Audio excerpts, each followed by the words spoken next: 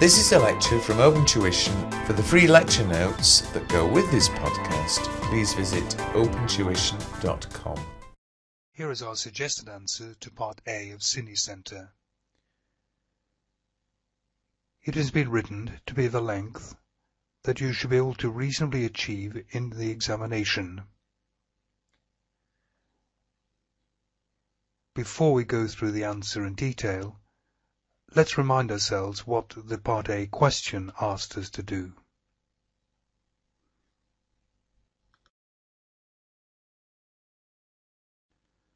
The question is essentially one about stakeholders and stakeholder analysis.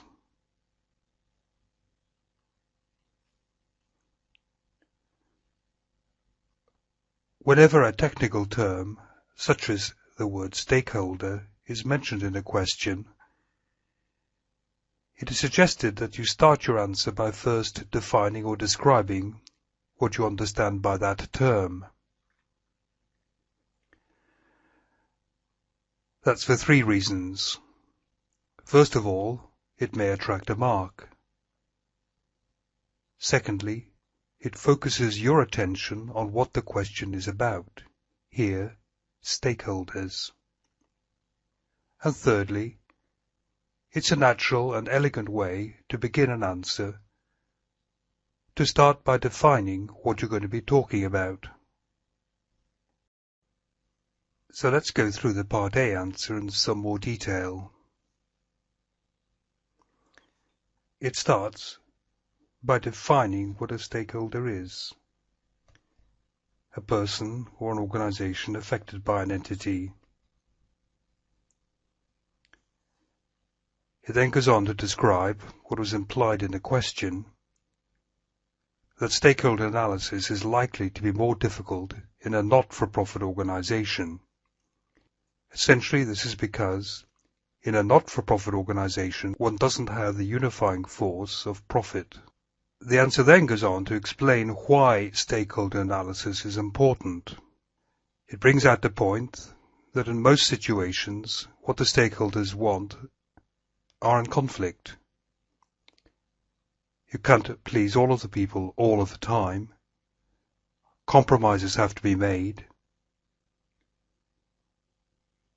And this is particularly difficult where there are limited or diminishing resources. Note that the answer repeatedly refers back to CiniCentre, giving examples which are relevant to it. The wrong way to answer a question is to answer it purely theoretically, without reference as to how the theory applies to the scenario presented to you. You also have to try to ensure that you include in your answer suitable models or frameworks.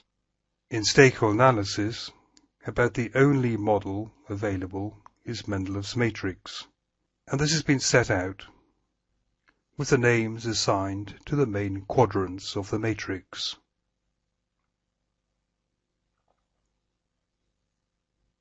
The answer then goes on to identify, as was required by the question, some of the main stakeholder groups.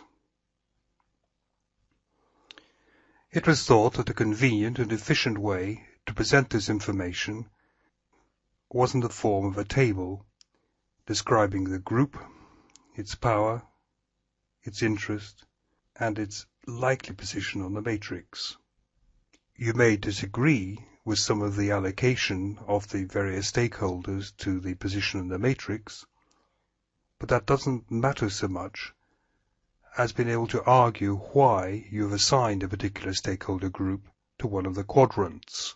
Different people may come to different conclusions. The point of a model is not that everyone gets to the same answer. The point of a model is to help everyone get to an answer. The final part of the answer addresses how the matrix can help the board move forward. Again, this was required by the question.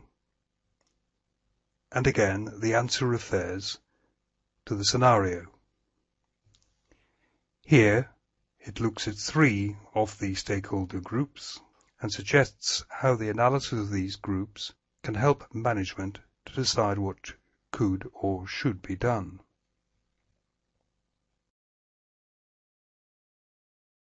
Now let's look at part B of the question.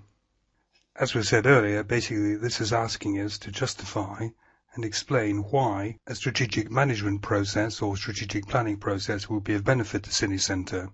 Note that this question asks for your answer to be in a particular form, here a management briefing paper.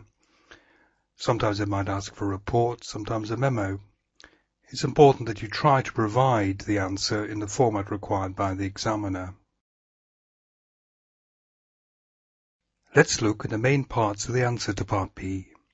First, we've put it into the form of a management briefing paper. Secondly, we followed the rule that if a question mentions a technical term, and here the question was asking about a strategic management process or strategic planning process, we've defined and explained what that is. This sets the scene and introduces the rest of the answer. Then the answer goes through the 5 points that were made on the slide you were shown in the teaching material. But note that for each of the points, it ties them back to how strategic planning will help CiniCentre. Thus, long-term objectives will help CiniCentre decide on its prime purpose, mission, or perhaps vision if you wanted to use that word. Better coordination, again with examples given about how the different parts of CiniCentre need to be interrelated. Here, the film theatre and the restaurant, for example. The third point is it's because strategic planning almost by definition takes some time, mileposts are needed. If we didn't set out various objectives on the way, it'd be very difficult for anybody, and CiniCentre, to see how they were doing. The fourth point is saying that management should be proactive, not merely reactive or passive. And again, it gives an example that might work with CiniCentre. Here it's suggesting that instead of just reducing costs, we might be able to find commercial sponsorship. This is changing the future. This is meaning that we don't run out of money. And finally, there's the point that strategic planning forces you to look ahead. CiniCentre has become aware now that the deficit is increasing and it must do something about it. That's much better than being surprised in the future and having to take emergency action.